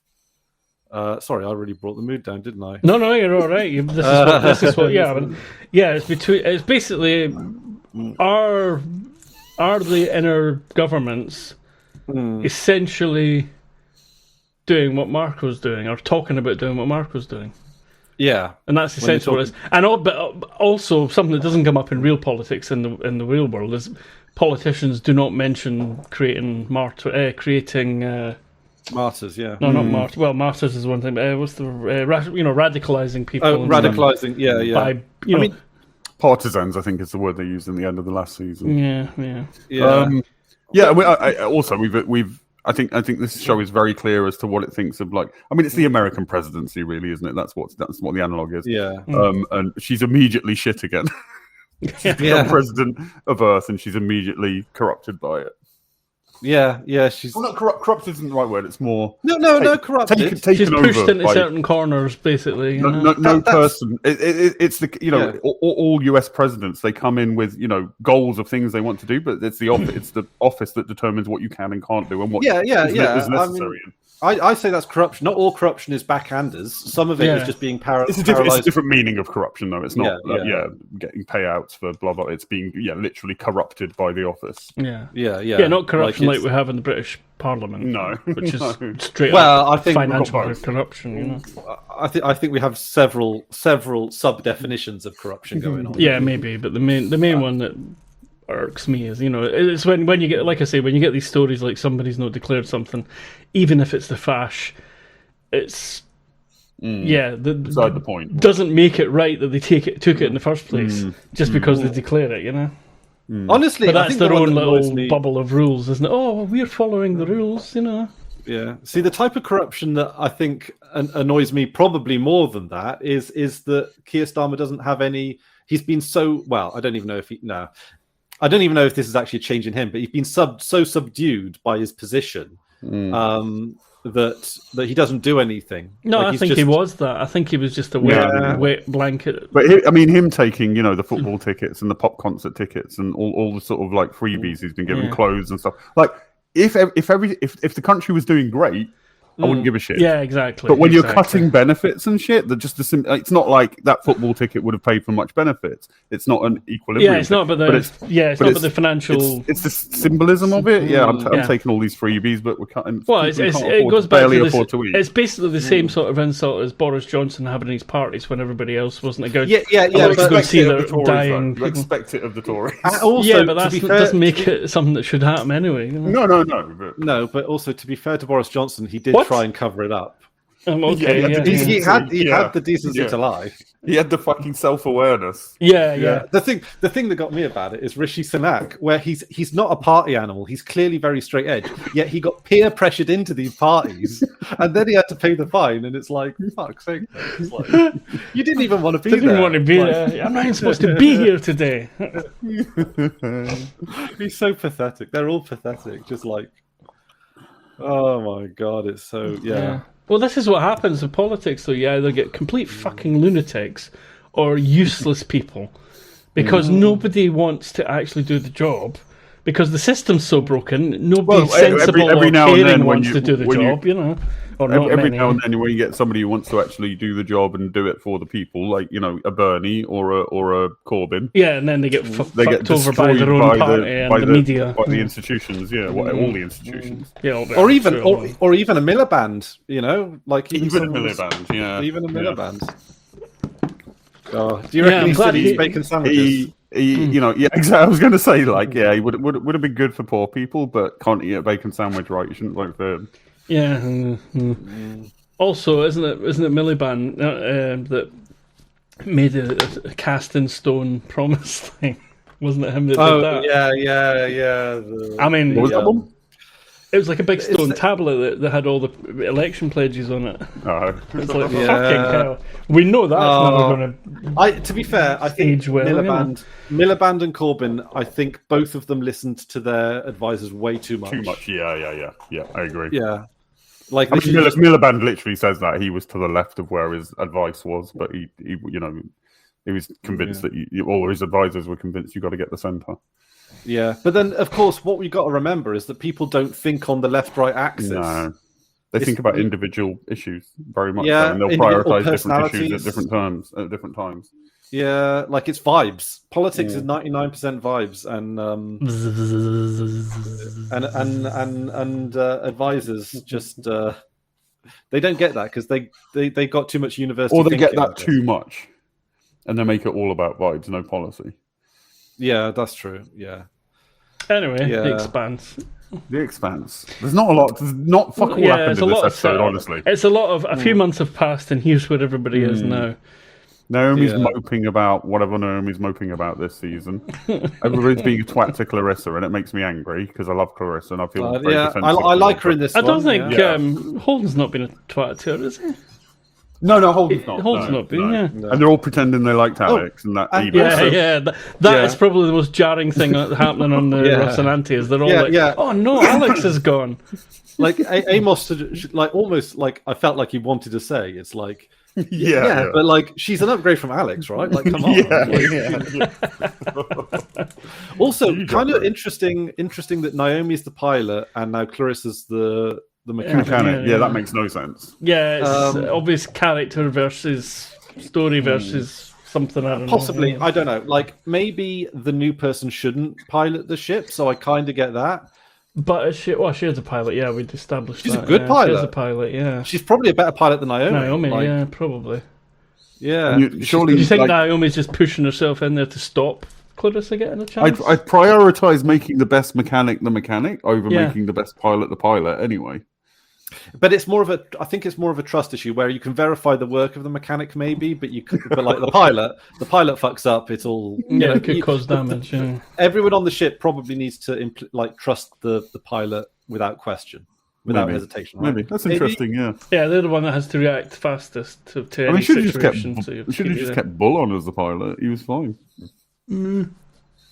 Well, let's see how it goes. But there was potential for interesting character development with Bull. Yeah, especially with him and Naomi, they could have butted heads. They're kind of like opposites, aren't they? But and also with the Belter thing and the Earther thing, and it's like you could have, maybe, Bull seemed like a decent enough pilot. Flying a Martian ship for well, it wasn't really a belter. Flying a belter crew, yeah, an Earther flying a belter ship for a Martian ship, yeah. Yeah, it's like it's weird. So like maybe that's a good plot arc for Well, him. More dynamic there than Alex had. Alex, his entire personality was I talk to the ship and I'm a cowboy, but he never sold the cowboy thing even. No, never wore the hat. Hey Hoss, I'm sure he did. Hoss. But I also one thing that got me was that Naomi was still being all sulky about Clarissa. Yeah, but they said they'd been on a ship for months. Are you really gonna be sulky with someone after months? Just squash the also, beef. even before that, what's I can understand why Holden would Yeah, he's got reasons. Yeah, he's definitely got reasons to be slightly wary of her. Yeah. Naomi, she kind of saved Naomi because she's the one who said when they were in the ringy thing. Yeah, and the ship was in danger. It was It was Clarissa who did her saved thing stuff, and them all, ninjaed everybody and sort of saved everybody's lives essentially on that ship. Yeah. So Naomi has had her life. That evens out. I've watched cartoons. I've watched I Dream of Jeannie. It evens out. Is that the right tune for that one? I think it is. Yeah, it's a good shot. Didn't realise that's the theme tune. Or is that where I learned Bewitched? about. That might be Bewitched. That's where I learned about Arabic culture. Yeah. Right, everybody there, you're. It was I which learned theme about tune Arabic. did I just do? I'm sure something like Tema or maybe if you watch it, maybe.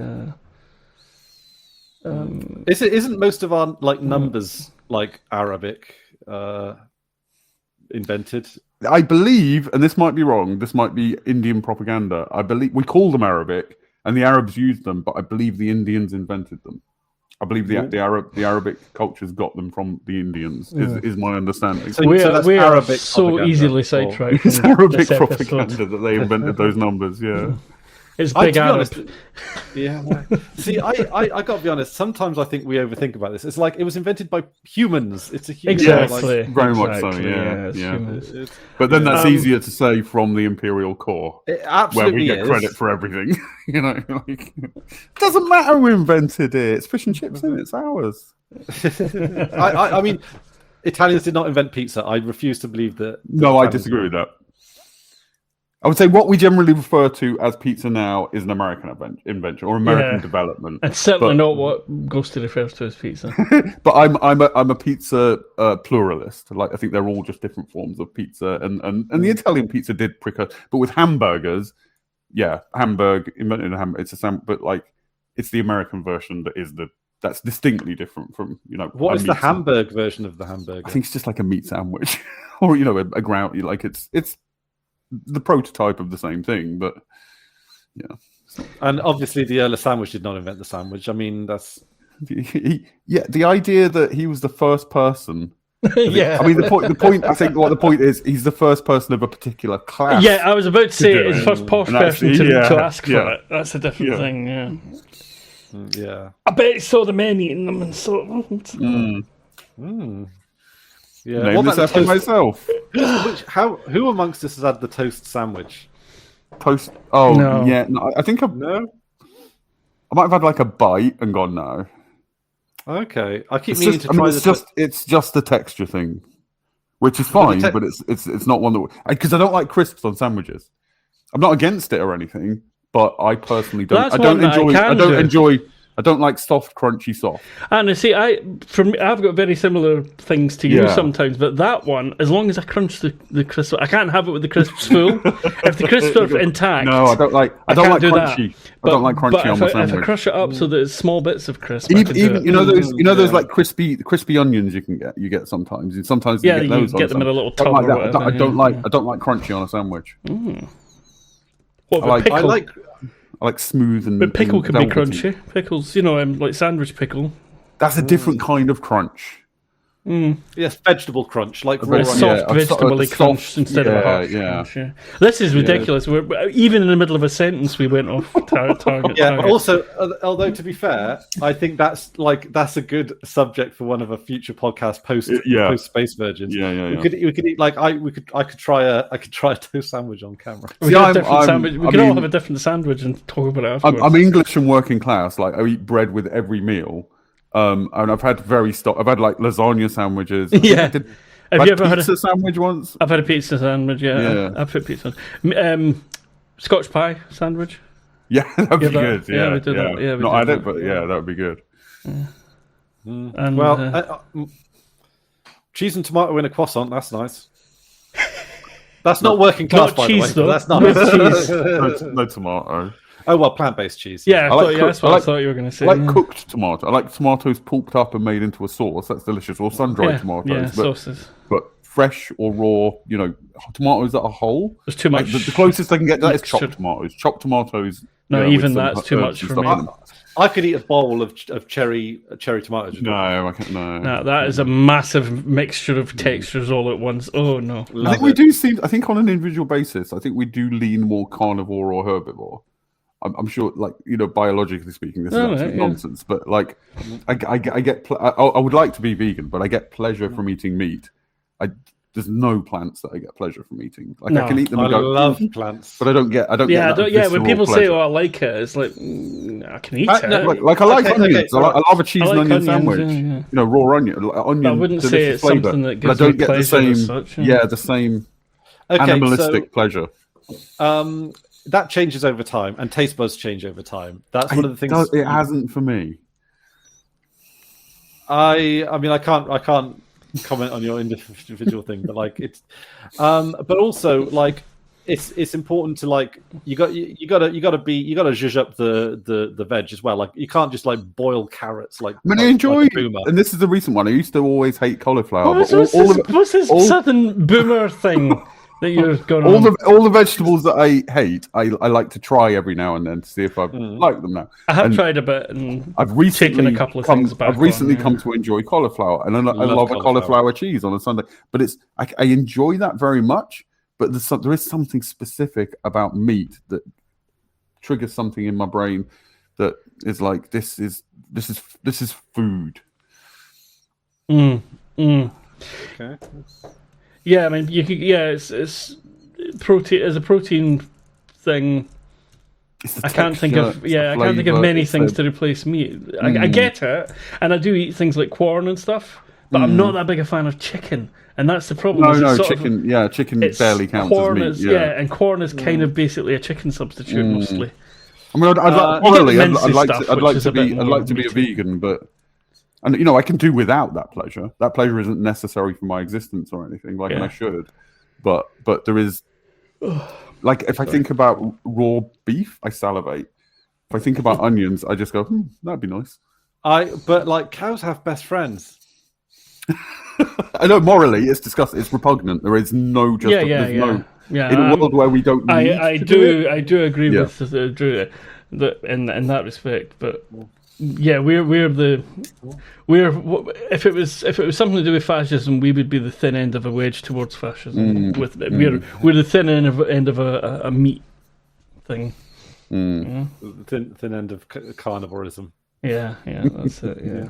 Do you know what's kind of weird is that when you get further to the right, the diets get weirder and weirder. You've got your vegan fash, but also you've got your carnivore fash.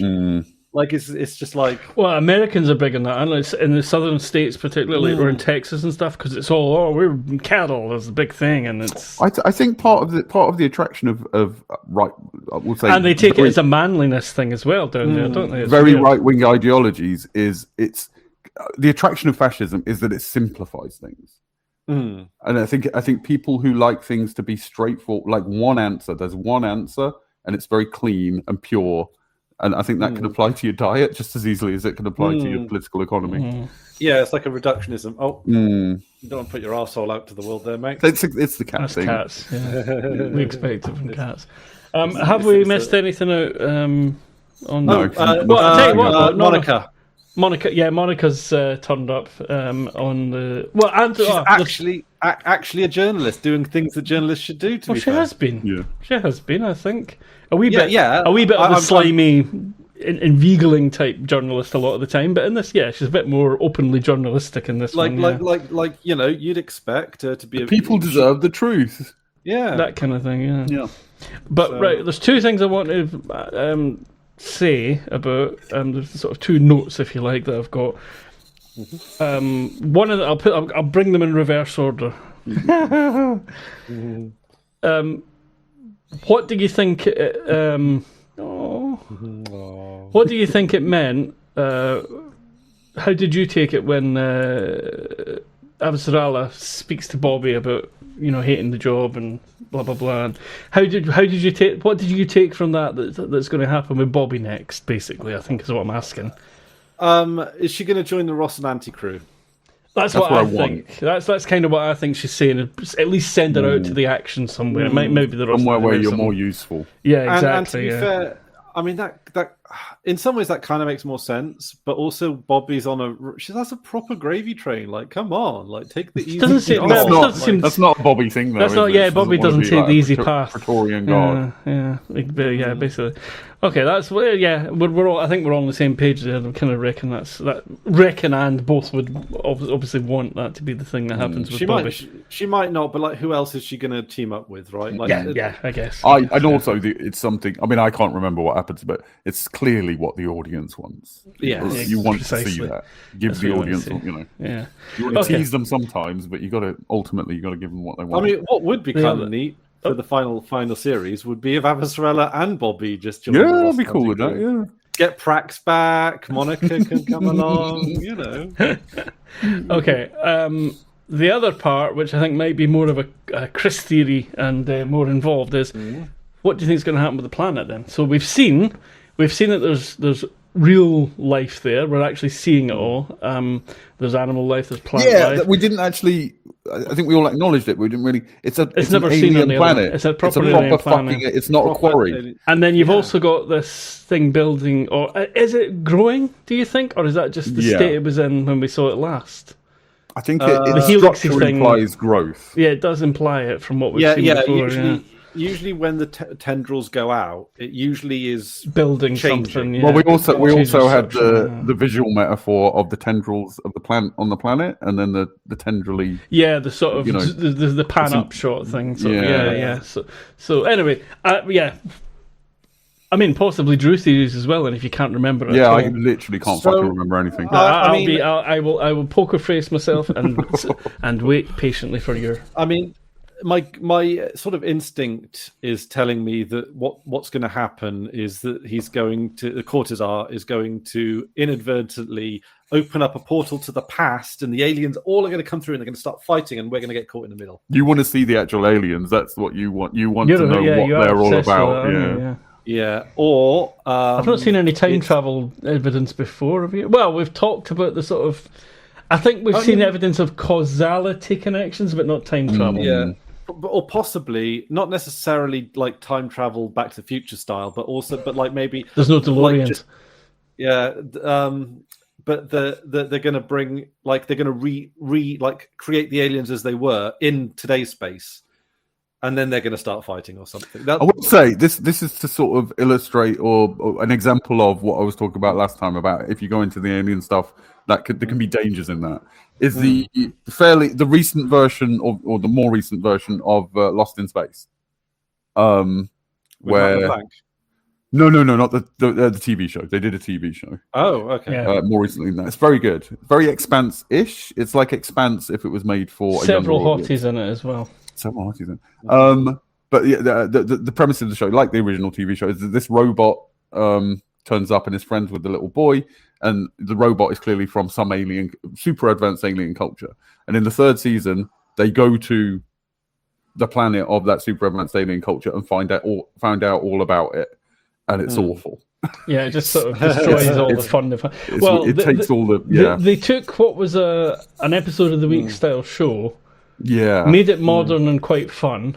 Yeah, And then- it was really good. And I then really enjoyed it. and then knowing they only had one series left to go, just capped it off the way you would cap off They a they more ejaculated long all arc of type. all of the mystery Yeah. breakings. Yeah. Yeah, and I think that's a really good example of I think that's the kind of example that justifies what keeping it Drew was saying mysterious. earlier. If that's the way if that's the show, keeping it distant and mysterious, I think is better than. Okay, yeah, that's a fair point. So what? Okay, so distilling that, what about they're reactivating an alien weapon and they're going to blow up Earth? Sorry, we're not saying that's not the case. By the way, we're just That's we're talking it was about an MCU another movie. adventure. You know, Yeah, no, we're not. I don't think we're going to actually see the aliens.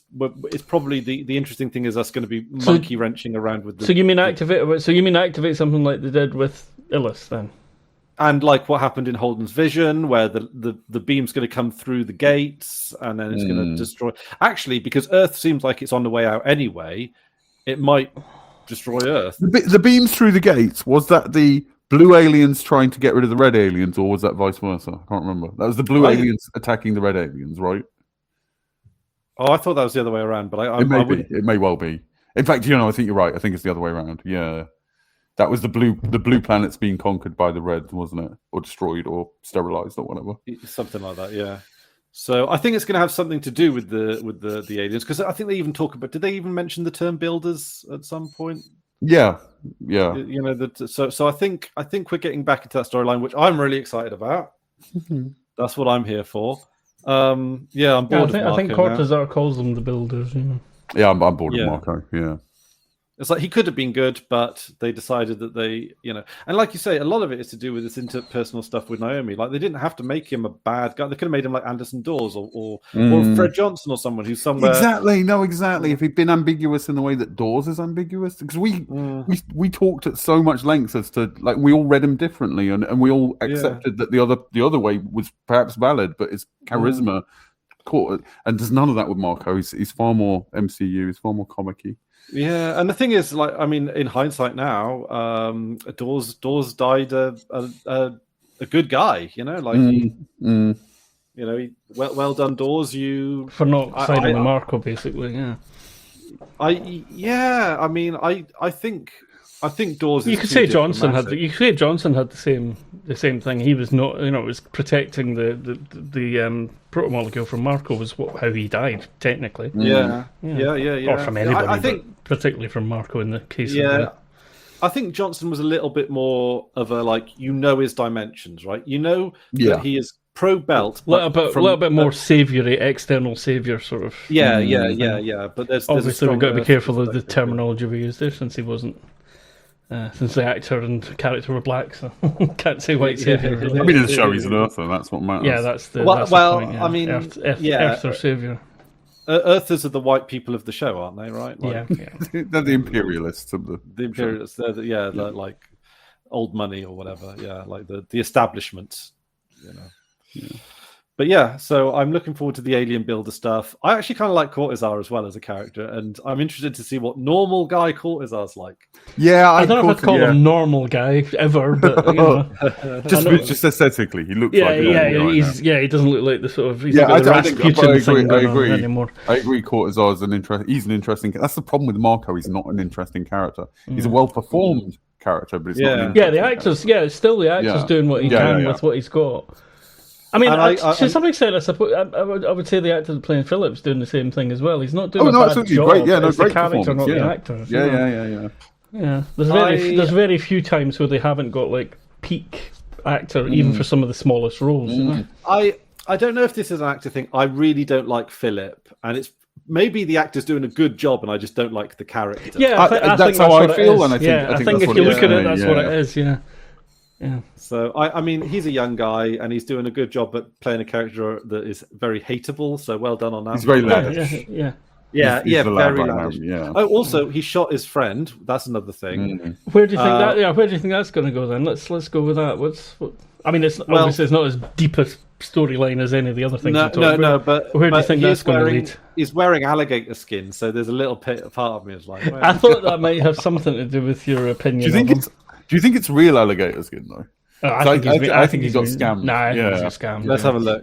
I mean, I am far from an alligator skin expert. Yeah, but no, I mean, I mean, the the show actual they've alligator not. skin won't Yeah, be. in the show there won't be real alligator skin. More narratively, But I think it's more narratively, likely that he got. in the show's universe, has he been Yeah. scammed? And I think the answer is yes.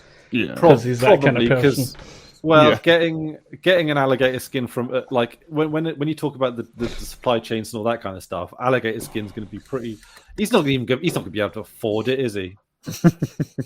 That looks pretty fake to me. I would say, yeah. Yeah, but we acknowledge that in show, sorry, in the real world rather, that they're not going to use a real alligator skin.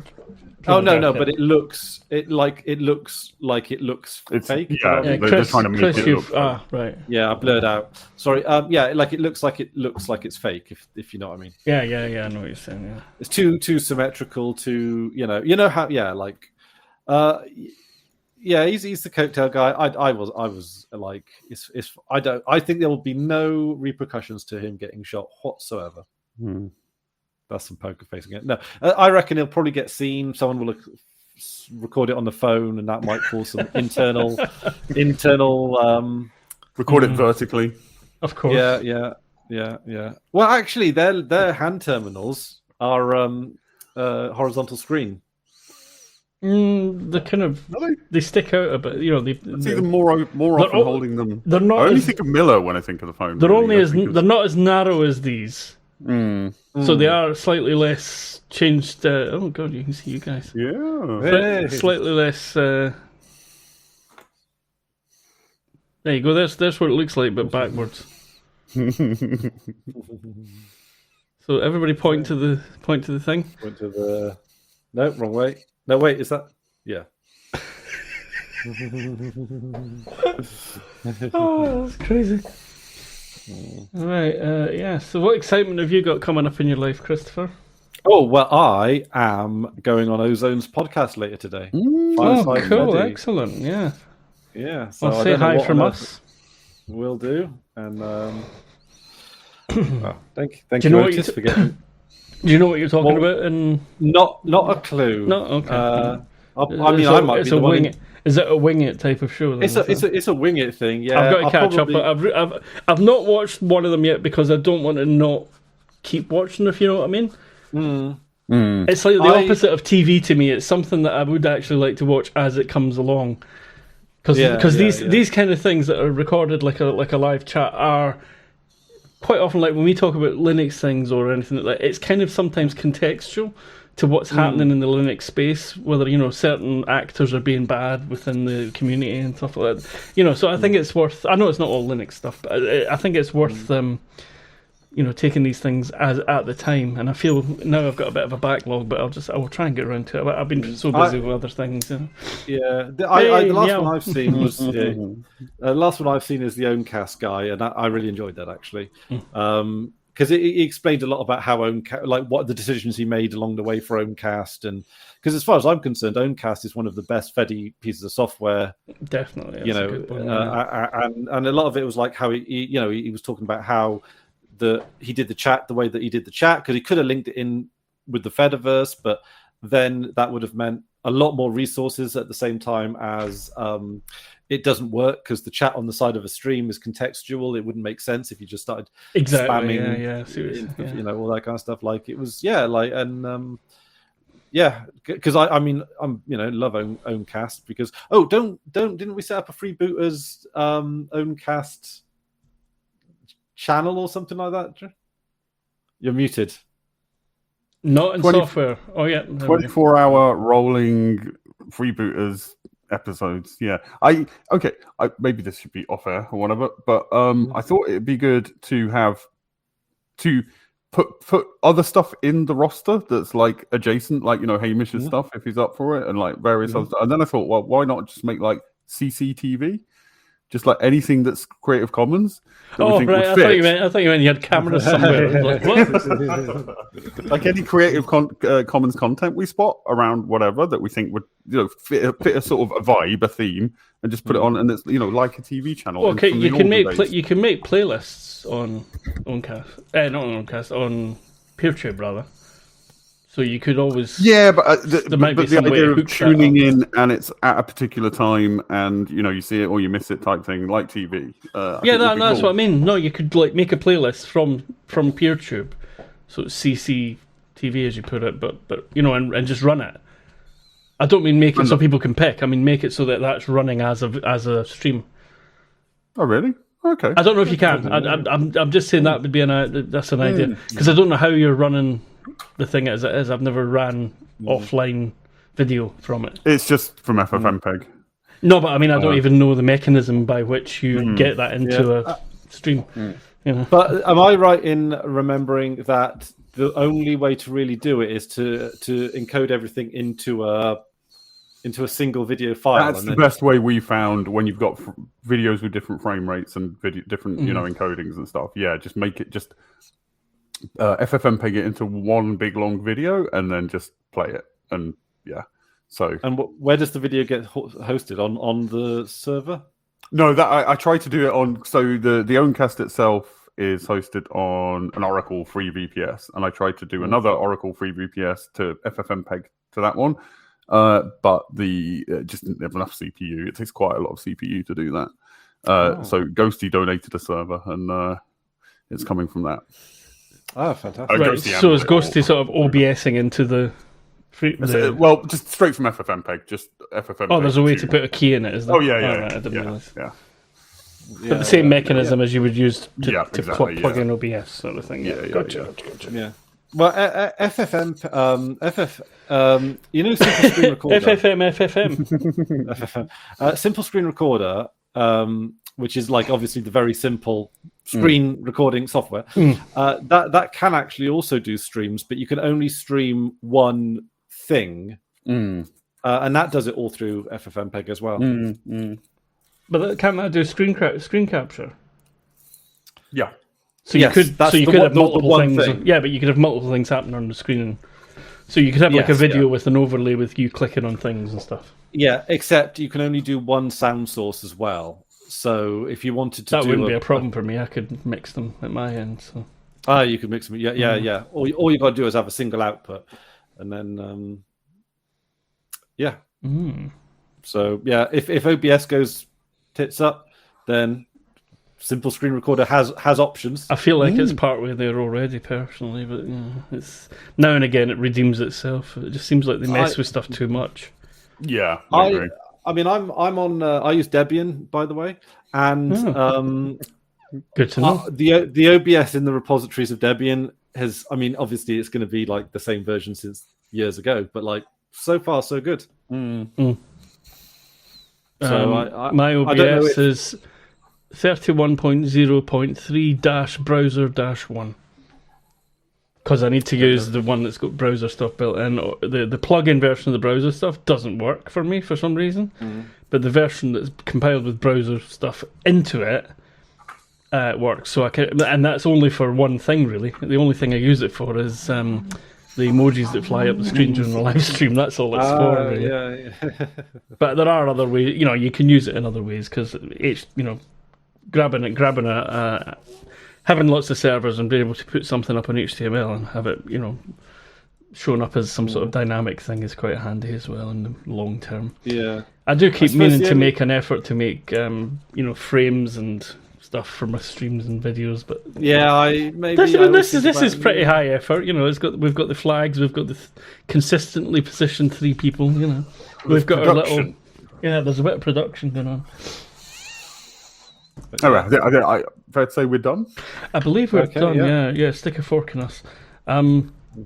Right, so I think, given that there's only 6 episodes to this series, I think we're going to find that the others are a bit more action, there's a bit more action and things going on in them. So I'm quite looking forward to this, us doing this. Honestly, I feel like the last two series could have been 6 episodes. So I think it's a good thing. 6 instead of 10 would have been good for those, actually. Yeah, it would have. Not the first 3. The first 3 needed the 10 because they were using them. But I agree for the last 2. Yeah. I'm just trying to think if there's anything else we need to discuss. I don't think so. I'm not on air anyway. There's climate change happening on Earth again. Oh, thought we'd solved that. Well, but apparently the CO2 scrubbers were, I don't know. Oh, in the show, yeah. That kind of solution in science fiction is what makes fucking idiots think that technology is the solution instead of cutting on the root cause of the problem. Oh, well, just fix it with some more technology. That'll fix it. How do CO2 scrubbers work in a mass system? They must produce CO2 to do that. It's just, CO2 scrubbers, work, but they work in an enclosed environment, not on a planetary scale. I don't see how that would work. I mean, future tech, it's possible, but we can't do it yet. Yeah, but if we keep paying the tech bros enough money, they'll keep having those wild ideas. Oh, it's not going to come from private research. They don't do things that are actually fucking useful. Yeah, obviously not. Actually, just one last thing before we go. I saw an interesting. People were talking about the difference between tech bros and hackers on the Fediverse, and it's like the sort of simple shorthand somebody put up. It was like a sort of what was it? Checkmate sort of post was Steve Wozniak is a hacker. Steve Jobs was a tech bro.